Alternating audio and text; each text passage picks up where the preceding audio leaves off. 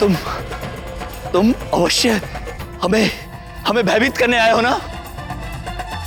लेकिन हम तुमसे भयभीत नहीं है।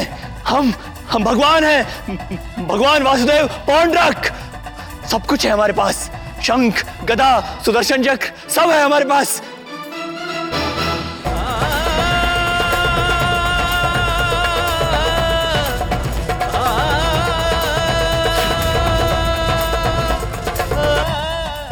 मुझे मत मारो, मुझे मत मारो।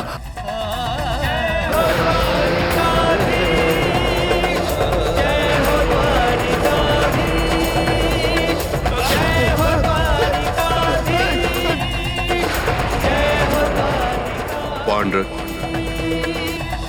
इसमें कोई शंका नहीं कि तुम एक वीर प्रतापी राजा हो। तुम्हारे पास शक्ति है, परंतु तुम अपने अहंकार में यह भूल गए हो कि अधर्म के मार्ग पर चलते पापी की समस्त शक्तियां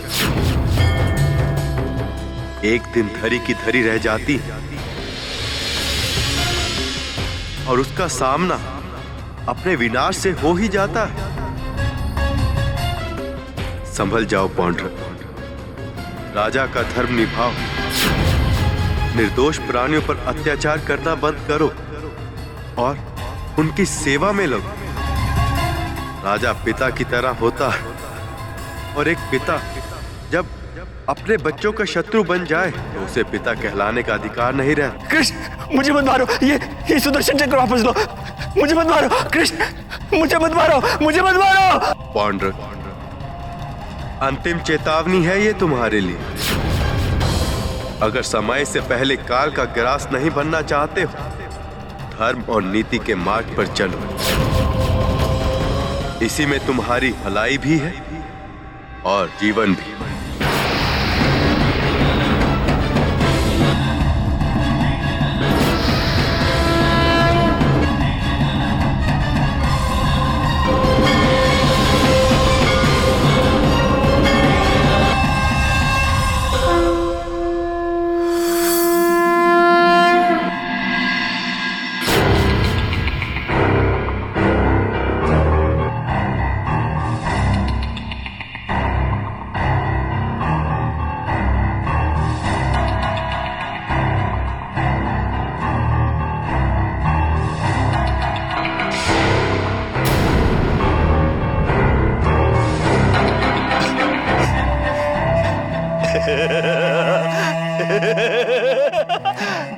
ये तो हमारा स्वप्न था। अच्छा, तो वो मायावी कृष्ण अपनी माया से हमें भयभीत करने हमारे स्वप्न में आया था। कृष्ण, तुम्हारी भक्त महारानी तारा अब कदापि इस महल में नहीं आएगी, कदापि नहीं। हम भगवान हैं, भगवान वासुदेव पौंड्रक हैं। हमारा कोई कुछ नहीं बिगाड़ सकता।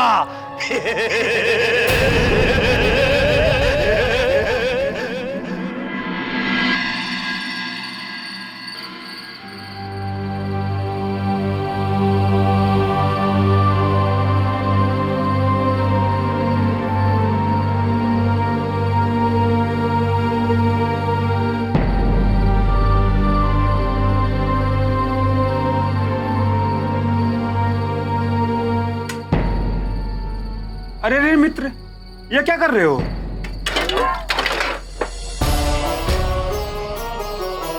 सुदाम,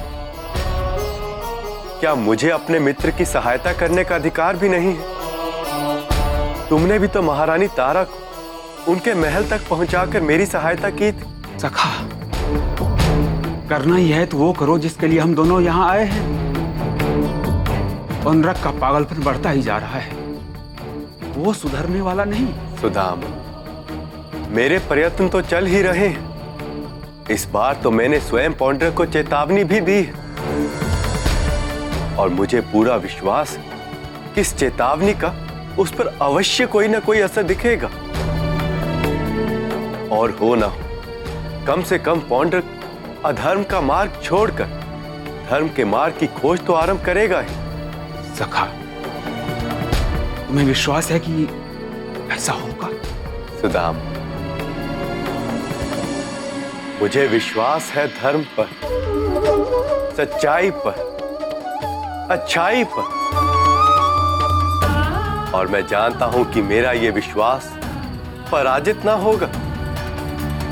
इस नगरी में शीघ्र ही धर्म की स्थापना होगी।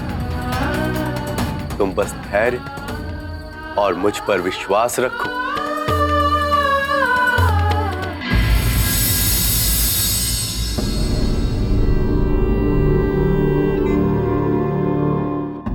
काशीराज जी, मिली कोई सूचना उस मुरली के बारे में? हलधर जी, हमने अपने सबसे विश्वास पात्र गुप्तचर को द्वारका भेजा है। वो किसी भी समय यहाँ आ सकता है। मुरली के उस षड्यंत्र को समझना हमारे लिए आवश्यक है काशीराज जी। समझ तो आए कि आखिर वो चाहता क्या है। क्या ऐसा भेद था उस मुरली का जो सेनापति द्वारका से लाया था और जिसके लिए उसे अपनी जान गंवानी पड़ी? वो जो भी था, इतना पता है कि उसके खुल जाने का भय बहुत बड़ा था मुरली के अंदर। तभी तो उसने दुर्धर को मरवाया। और बस एक बार ये भेद हम तक भी पहुंच जाए। हम सावधान हैं और मुरली के कोई भी चाल चलने से पहले हम उसकी सारी सच्चाई महाराज के सामने ला देंगे।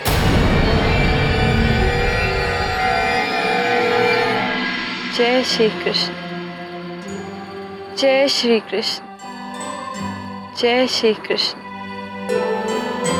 जय श्री कृष्ण।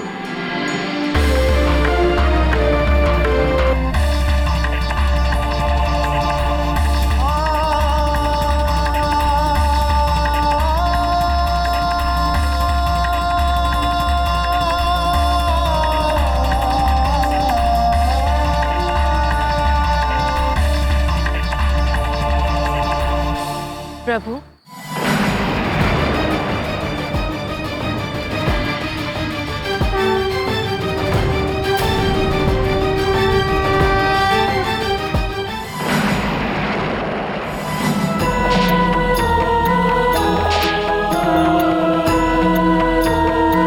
ये कैसा चमत्कार है? हमें कुछ हो क्यों नहीं रहा है?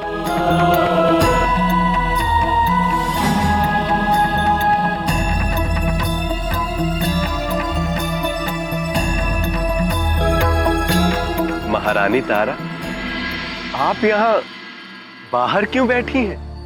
जब साक्षात प्रभु मेरे समक्ष खड़े हो तो इन सब सुख सुविधाओं का क्या मोल?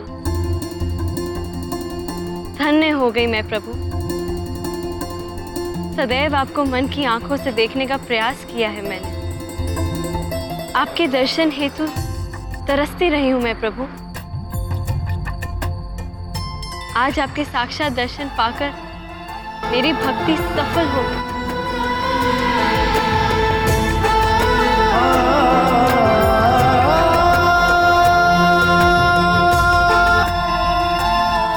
प्रभु, जब इतनी कृपा की है तो अपने चतुर्भुज रूप का भी दर्शन दे दीजिए। इस भक्त का जीवन सफल कर दीजिए प्रभु। महारानी जी, ये आप क्या कह रही हैं? मुझे तो कुछ समझ ही नहीं आ रहा। महारानी जी, आप तो जानती हैं, मैं तो एक साधारण सा मुरली बनाने और बेचने वाला हूं। ये किसके साथ तुलना कर रही हैं आप मेरी? प्रभु, मैं जागते हुए भी कदाचित नींद में थी, जो आपके सामने होते हुए भी आपको पहचान ना पाई, किंतु अब जाग गई हूं। अब जानती हूं कि आप ही हैं त्रिलोकीनाथ। कृपा कीजिए और अपने दर्शन दीजिए प्रभु। देवी, मैं तो यहाँ एक साधारण से मुरली वाले के रूप में आया था। तुमने कैसे पहचाना मुझे? प्रभु, आप संसार को छलने वाले, कैसे पहचानती आपको? वो भी तब जब आप अपनी लीला दिखा रहे थे। किंतु धीरे धीरे आप ही की कृपा हुई और मेरी मन की आंखें खुली और मैंने आपको पहचाना। अब तो दर्शन दे दीजिए प्रभु।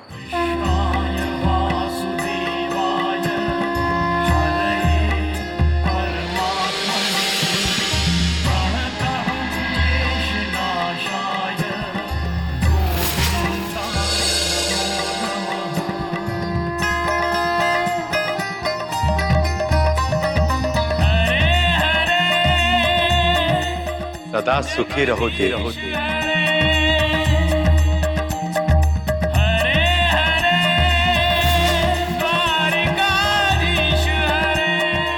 देवी, आप चिंतित ना हो। मैं आपके स्वामी से यह अनुरोध करूंगा कि वो पुनः राजमहल में आपको अपना यथोचित स्थान दे। प्रभु, जब तक मेरे पति स्वीकार नहीं करते कि वो ईश्वर नहीं है और इस स्वांग को समाप्त नहीं करते, मैं उनके पास उनके साथ रहना नहीं चाहूंगी। देवी, मैं आपका मन समझता हूं, किंतु अभी आप मुझे आज्ञा दें। मुझे अभी जाना होगा, अपना रुका हुआ कार्य पूर्ण करना है मुझे। प्रभु, आपसे एक विनती और है। मैं जानती हूं मेरे पति ने अन्याय और अत्याचार की सारी सीमाएं पार की है, निर्दोषों को सताया है, उनकी धन संपत्ति ही नहीं उनका जीवन भी छीना है। पर प्रभु, आपसे इतना ही कहूंगी, उन्हें उनके करने का आप जो दंड देना चाहें आप दीजिए,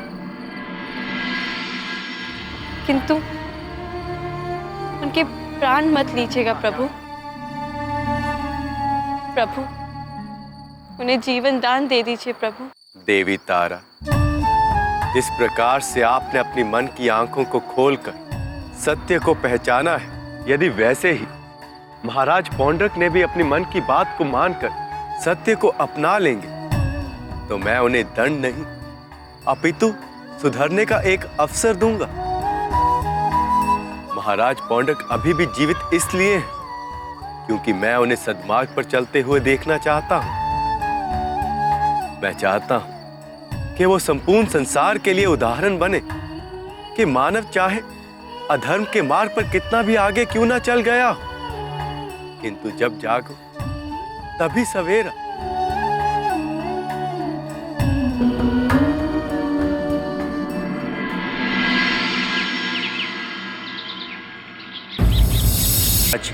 आपका गुप्तचर आया क्यों नहीं अब तक? इतनी प्रतीक्षा और करनी पड़ेगी हमें। विराजिए हल्दर जी, बस थोड़ा समय और। वो द्वारिका में मुरली का चित्र भी साथ में लेकर गए हैं। जैसे उन्हें कुछ मिलता है वो हमारे सामने होंगे, आप निश्चिंत रहें। प्रणाम महाराज। भगवान वासुदेव पौंड्रक के आशीर्वाद से दीर्घ आयु हो। पधारिए महाराज। अवश्य। विराजिए।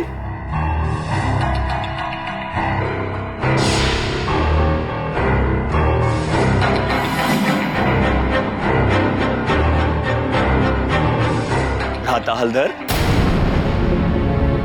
काशीराज, आप कुछ चिंतित दिखाई दे रहे हैं। क्या हम इस चिंता का कारण जान सकते हैं? आप तो स्वयं अंतर्यामी हैं प्रभु, भला कोई बात आपसे कैसे छिप सकती है। अब देखिए ना, महारानी तारा ने बहुत प्रयास किया होगा उस मायावी कृष्ण की मूर्ति को छुपाने का, परंतु आपने वो भेद भी जान लिया और अपनी न्यायप्रियता का परिचय देते हुए आपने उन्हें वही दंड दिया जो इस राज्य में किसी दूसरे कृष्ण भक्त को मिलना चाहिए। ये है असली राजा, असली भगवान की पहचान, सर्वशक्तिमान, अंतर्यामी, देवों के देव।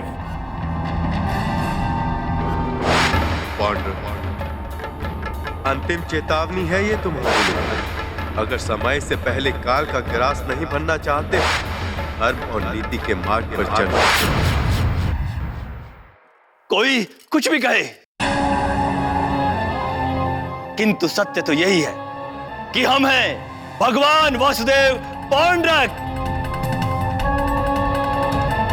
प्रभु, एक बात है, इस घटना से आपके भक्तजन विचलित तो जरूर हुए होंगे और उन्हें यह अवश्य लगा होगा कि अगर स्वयं आपकी महारानी कृष्ण की भक्ति कर सकती है तो वो क्यों नहीं। काशीराज, इसमें इतना साहस है जो महारानी को दंड देने के पश्चात भी ऐसा सोचने का दुस्साहस करेगा। हमने समस्त प्रजा के समक्ष महारानी को दंडित किया है। प्रभु, यह भी तो सत्य है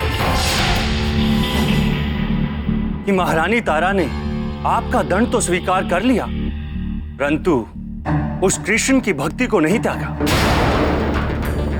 इस घटना से सारे नगरजनों में आपकी छवि तो धूमिल हुई है प्रभु। लोग अपने अपने घरों में बैठकर आप पे हंस रहे हैं। यदि ऐसा ही रहा तो नगरजनों के मन में आपके लिए ना तो कोई श्रद्धा होगी और ना ही कोई डर। प्रभु, भगवान तो क्या, लोग आपको महाराज के रूप में भी सम्मान नहीं देंगे।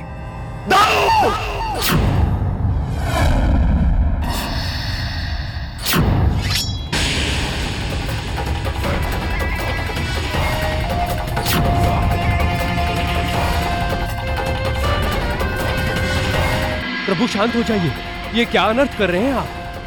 आपके भाई ने कुछ गलत तो नहीं कहा? ऐसा हो सकता है आप बहुत कोमल से हो गए हैं इन दिनों,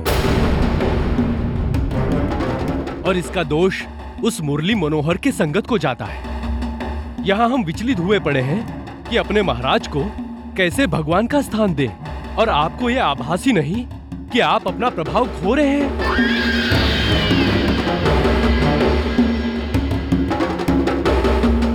हाँ महाराज, आपको उस मुरली की संगत त्याग कर अपने प्रभाव को बढ़ाने के बारे में सोचना चाहिए। नहीं, जिस किसी के भी मन में हमारे प्रति श्रद्धा नहीं है, उसे हमारे राज्य में रहने का कोई अधिकार नहीं है। आओ हमारे साथ।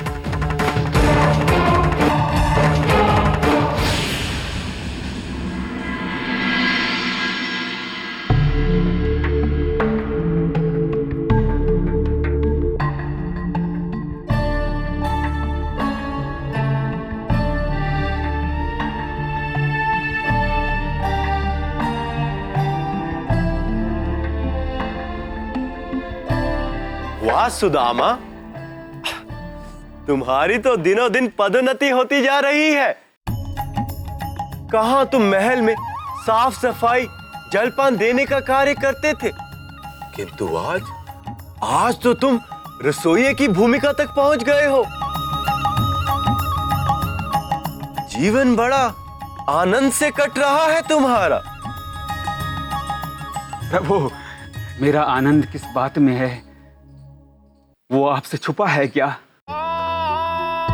जलती चिता पर बैठकर आपके नाम का स्मरण करूं तो उसमें भी मैं आनंद पाऊं।